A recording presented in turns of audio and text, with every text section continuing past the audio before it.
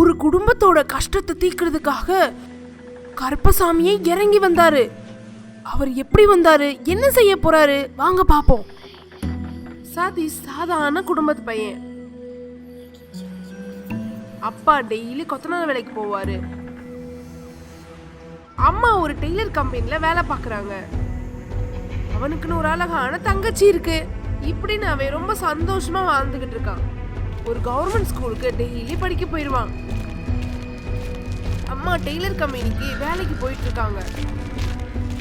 நடந்து போற வழியில ஒரு பெரிய ஸ்கூல் இருக்கு, அத பாக்குறாங்க.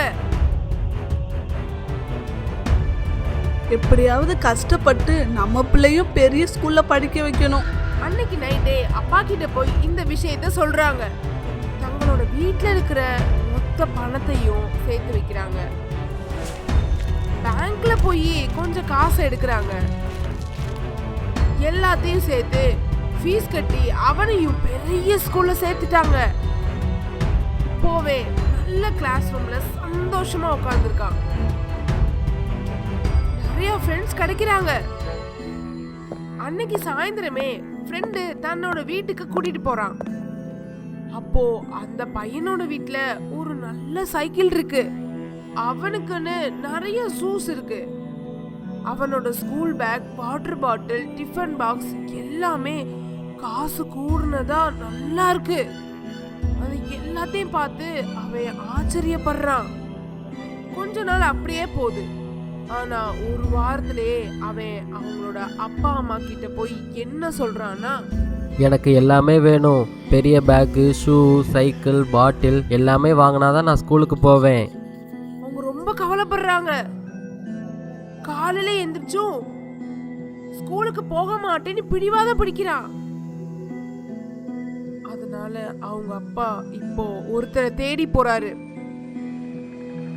அவர்கிட்ட கொஞ்சம் காசு வட்டிக்கு வாங்குறாரு.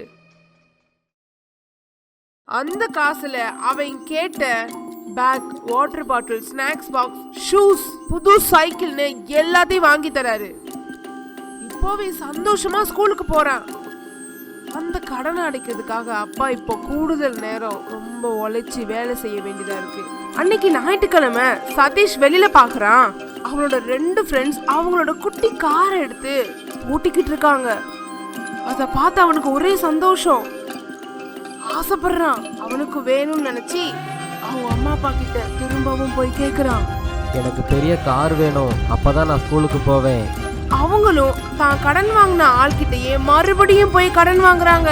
ஆனா அவங்க அம்மா அப்பாவோட கடன் சுமை மட்டும் அதிகமாயிடுச்சு. இப்போ காரையும் வாங்கி கொடுக்க அவன் ஹாப்பி. குறிப்பிட்ட மாசம் வந்ததுக்கு அப்புறம் கடன்காரங்க வீட்டு வாசல்ல வந்து நிக்கிறாங்க.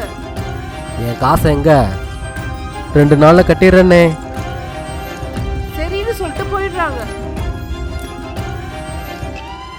அவரை ரொம்ப வஞ்சிட்டு போயிடுறாங்க.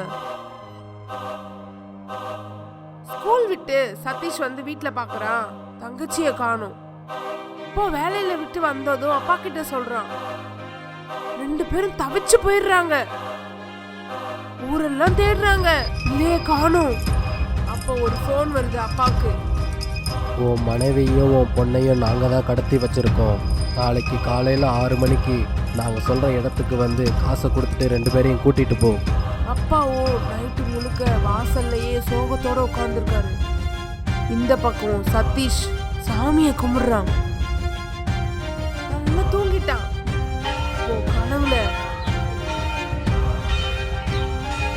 உனக்கு என்ன வேணும்னாலும் இந்த மணியை எடுத்து அடி, நான் வருவேன். சட்டுன்னு எந்திரிச்சு பாக்குறான். கனவுல பார்த்த அதே இடத்துல ஒரு மணி இருக்கு. இப்போ காலையில அப்பா வெளியில கிளம்புறாரு. சதீஷ் இந்த மணியை நான் கூடயே வச்சுக்கிறான். இப்போ 2 பேரையும் அடைச்சு வச்சிருக்க அதே குடோனுக்கு அப்பாவும் பையனும் போறாங்க. அங்க போன உடனே சதீஷோட அப்பாவை அவங்க ரொம்ப அடிக்கிறாங்க.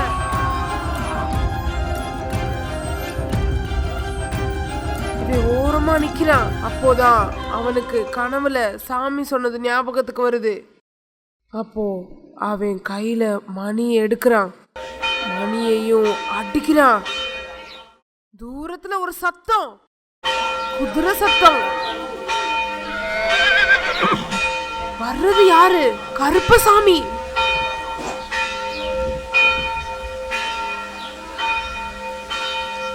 அவங்க இருக்கிற இடத்துக்கு அவர் வராரு. இப்ப என்ன நடக்க போகுது? அடுத்த வாரம் வெயிட் பண்ணுங்க.